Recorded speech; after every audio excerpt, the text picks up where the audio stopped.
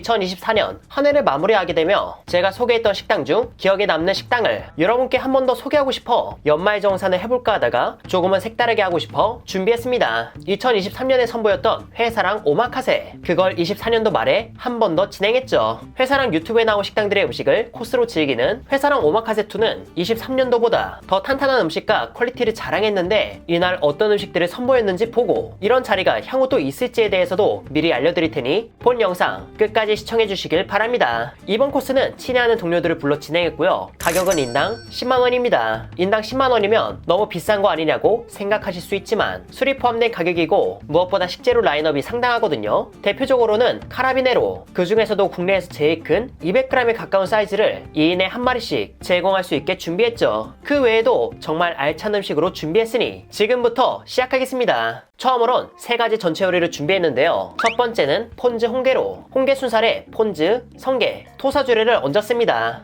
제가 24년도에 리뷰했던 광안리의 스시키친에 기억하시죠? 그곳에서 전체 요리로 나온 폰즈 요리가 맛깔스러워서 이렇게 준비해보았습니다. 홍게 다리살은 토렴하여 온도감 좋았고요. 본연의 단맛이 은은하게 있으며 폰즈의 산뜻함과 감칠맛, 그리고 토핑된 성게가 풍성함까지 더했습니다. 참고로 이날 코스는 페어링 주류도 포함되어 있었는데요. 첫 페어링은 충주에 위치한 사이더 양조장 댄시 사이더에서 나온 화사와 허니 몬베라는 사이더를 제공해 음식과 곁들임을 제시했습니다. 사이더는 사과 발효주라 사과가 기본인데 이런 사과주를 바탕으로 꿀과 배를 더한 허니 몬베는 과하지 않은 단맛과 꿀, 베이 향을 가볍게 전해 전체 요리와 전반적으로 어우러졌고요. 화사는 훨씬 더 드라이한데 여러 꽃향과 과즙을 첨가해 플로럴한 내음이 탄산과 함께 입안을 환기시켜 주었죠. 수산물은 대체로 맛이 섬세하다 보니 페어링에 있어 깔끔한 소주나 청주를 추천하는데 탄산도 있고 또 다른 뉘앙스의 향과 질감을 전하는 이 댄싱 사이더도 페어링에 있어 한번 시도해보셔도 좋을 것 같습니다. 그 다음 전체 요리론 아기간과 대광어를 내어드렸거든요. 이 둘을 함께 먹는 것도 좋지만 각각의 맛 역시 훌륭합니다. 아기간은 방어 오마카세를 요청드렸던 스시현 있죠. 그곳의 아기간이 제가 먹은 아기간 중 손에 꼽힐 맛인데 이 자리에서도 여전히 빛났습니다. 비린내 전혀 없고 담백한 듯 고소하고 단맛과 간이 기분 좋게 녹아있는, 그런데 맛의 볼륨은 아주 빽빽한 게 정말 예술입니다. 그리고 아기간과 함께 나온 광어는 툭불 광어라고 택배로 광어를 취급하는 곳인데요. 여기가 매니아들 사이에서 꽤 후기가 좋아 이번에 받아서 사용해봤는데 필렛 작업 후 택배로 받은 것 치고 퀄리티가 좋았습니다. 숙성이 되었음에도 탄력이 적당히 있고 실제 판매 가격도 퀄리티 대비 합리적이었기에 이런 상품이 있다는 것도 참고해주세요. 그리고 다음으론 고마사바, 면목동의 슐락이라고 고등어 초절임으로 유명한 식당에서 받은 CR 좋은 고등어에 특제 참깨 소스를 더한 건데요. 이 소스는 마법소년 김 셰프님이 만든 걸로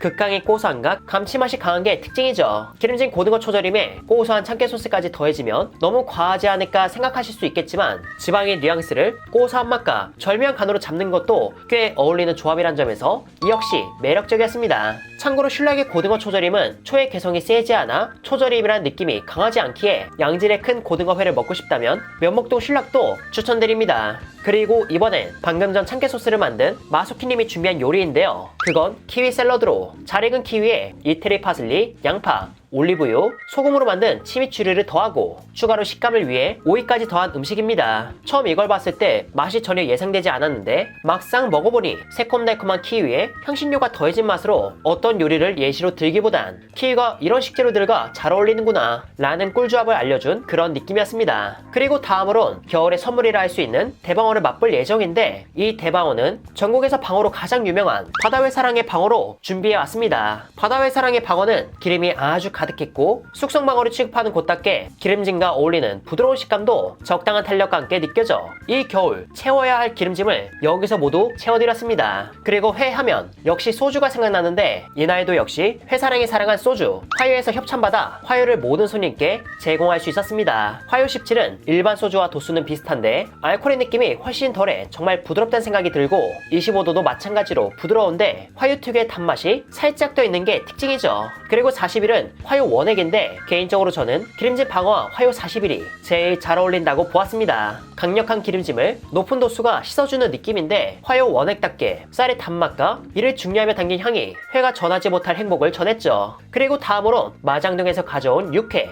우둔살이 아닌 지방이 있는 툭불 홍두깨살을 가져와 모양을 잡고 여기에 제 최물회집인 영덕의 쏙물회 육수를 더해 제공했습니다. 전국에는 다양한 스타일의 물회가 있는데 여긴 정통적인 맛보단 과일의 맛이 자연스럽게 담긴 육수가 특징입니다. 앞서 먹은 음식들이 모두 고소하고 기름졌다 보니 여기서 한번 환기해드리고자 물회를 준비했고, 회만 먹으면 속상하실까봐 육회로 변주를 주었습니다. 그렇게 육회를 즐기는 와중에 저는 다음 요리를 준비하는데 아까 보여드렸던 특특대 카라비네로 있죠? 이걸 맛있게 조미료 전해드릴 예정입니다. 지난 11월 DIY 피자로 유명한 의정부의 금성피자와 콜라보 촬영을 했거든요. 평소 특이한 것에 목말라 있던 제가 요청드려 찍었는데 아무리 DIY라도 회라는 걸 피자에 녹이는 게 쉽지 않더라고요. 피자는 구워야 한다는 점에서 회가 더 이상 회가 아니게 되었죠. 그래서 잔머리를 굴려 도우만 따로 구운 후 여기 위에 잘게 다져 소금, 향신료 등을 넣어 만든 카라비네로 타르타르를 얹고 찰겁상어 아닌 캐비어를 골고루 뿌린 후 페코리노 치즈를 갈아 오픈 샌드위치 느낌의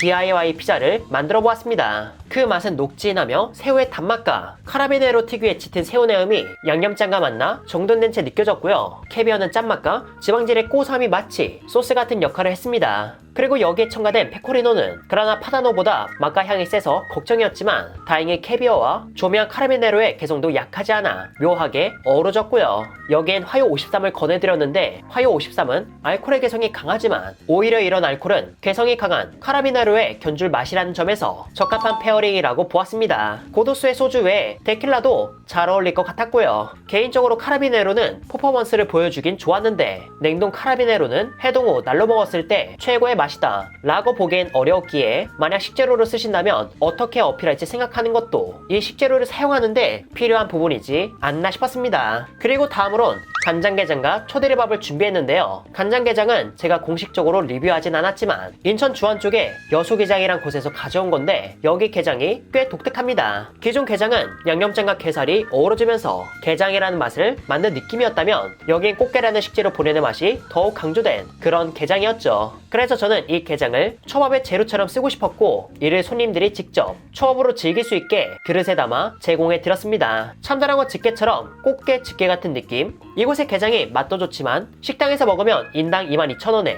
알이 잘 찬 안꽃게장과 돌솥밥 그리고 맛깔스러운 찬도 나오는 가성비 좋은 곳이기에 이것도 메모해 두셨음 좋겠습니다. 그리고 이 다음으론 푸아그라 가리비 초밥을 준비했는데요. 제가 24년도에 호주에 가서 호주의 오마카세를 즐겼는데 그 영상 보셨나요? 거기서 가장 기억에 남는 게 바로 불로 익힌 푸아그라를 얹은 가리비 초밥이었습니다. 점도 높은 진한 간장 소스를 더한 푸아그라 가리비 초밥은 거위간의 강렬한 고소함과 풍미가 마치 고급 종이 같은 가리비 위에 한 폭의 그림을 그리듯 정말 멋진 조합을 전해주었죠. 그리고 시드니에서 먹었던 간장을 재현하기 위해 유자청과 회간장을 배합해 점도를 맞췄는데 이게 의외로 유자 맛이 많이 안 느껴지고 알게 모르게 있는 산뜻함, 고소한 맛을 살짝이지만 다듬어줘서 같이 호주에서 오마카세를 먹었던 제슐랭 가이드가 말하길 현지에서 먹었던 것과 90% 이상 흡사한 맛을 냈다고 합니다. 여기서 10%는 푸아그라의 양과 퀄리티, 밥의 간 정도 차이라고 하는데 이 메뉴는 제가 향후 이런 자리가 있을 때마다 전할 테니까 나중에 이 기회가 여러분께 닿았으면 좋겠습니다. 참고로 여기엔 제 개인적인 욕심이 담긴 술을 페어링으로 권했는데 그건 독특한 수제 맥주입니다. 독일 수도사들이 마시던 것에서 유래한 도펠복이란 맥주로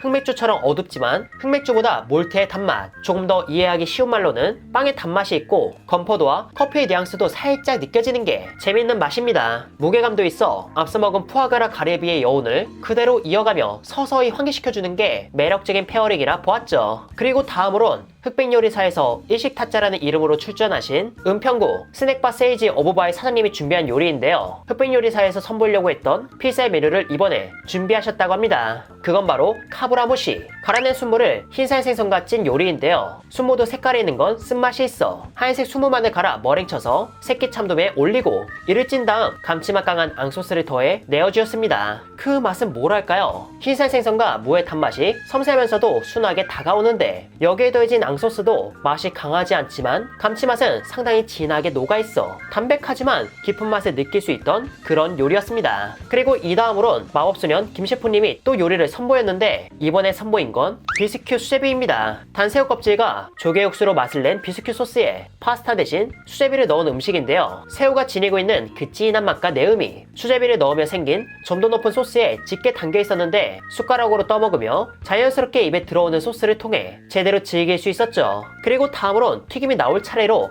튀김은 제가 2024년도에 리뷰했던 용인의 회롱회롱에서 받은 걸로 이곳이 방건조 숙성회와 생선 요리로 유명한데 방건조한 생선의 감칠맛이 너무 좋아. 이곳 사장님께 요청해서 튀김용으로 방건조 참돔을 받아 이를 손질로 튀김옷을 입혀 다음과 같이 준비해 보았습니다. 튀김의 맛은 속에 따로 염지가 되어 있지 않아 맛 자체는 담백했지만 기존 참돔에서 느낄 수 없었던 묵직한 식감이 있었고 여기에 더한 소스와 곁들이니까 참돔이 지니고 있는 감칠맛도 쏙쏙 느껴져. 방건조한 생선의 매력을 이렇게도 즐길 수 있었어요. 그런데 제가 아무리 회사랑이라 하더라도 너무 생선만 나오면 지치지 않을까 싶어서 제가 개인적으로 쉴 때 자주 가는 청계타운으로부터 소갈비를 받아 매콤한 가시진흙 새우장과 함께 제공해 드렸습니다. 청계타운의 소갈비는 보시는 것처럼 마블링이 정말 좋아 강렬한 고소함이 특징인데 육질은 야들야들해서 질기지 않고 식당에서 먹으면 여러 곁들임이 있어 조합을 찾으며 먹는 재미도 쏠쏠합니다. 저는 느끼한 걸 잘 먹지 못하는 편이라 청계타운에서 나오는 양념게장을 중간에 자주 곁들이는데 그걸 착안해 이렇게도 한번 내어드려 봤습니다.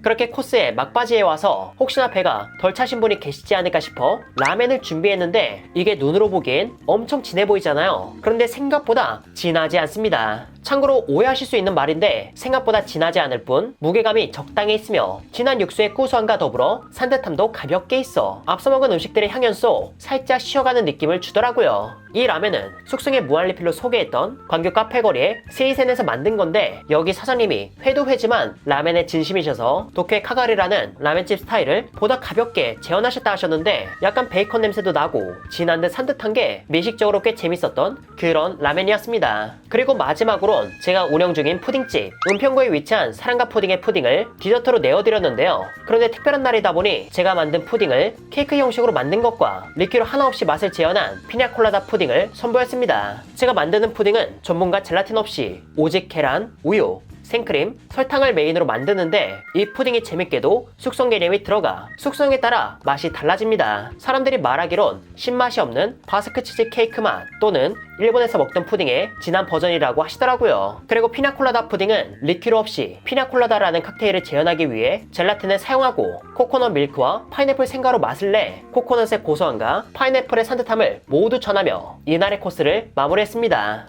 여러분, 오늘 영상 재밌게 보셨나요? 저 역시 이걸 준비하는 과정은 힘들었지만 제가 인상 깊게 느낀 음식을 한자리에서 선보여 뜻깊은 시간이었습니다. 이번엔 구독자 없이 친애하는 동료들과 자리를 했지만 올해는 구독자분과 만난 음식을 나눌 자리를 만들어 재밌는 이야기를 만들어 볼 테니 이런 소식은 제 인스타그램을 팔로우해서 소식을 받아보시길 바랍니다. 2025년 한 해도 잘 부탁드리며 회사랑 오마카세 세일을 선보일 수 있도록 올 한 해도 달려가겠습니다. 장소를 빌려주신 세이지 사장님과 이날 힘든 시간을 함께해준 마수킴님과 그 스태프분께 감사 인사를 전하며 회사랑은 여기서 이만 인사드리도록 할게요. 그럼 여러분들 안녕.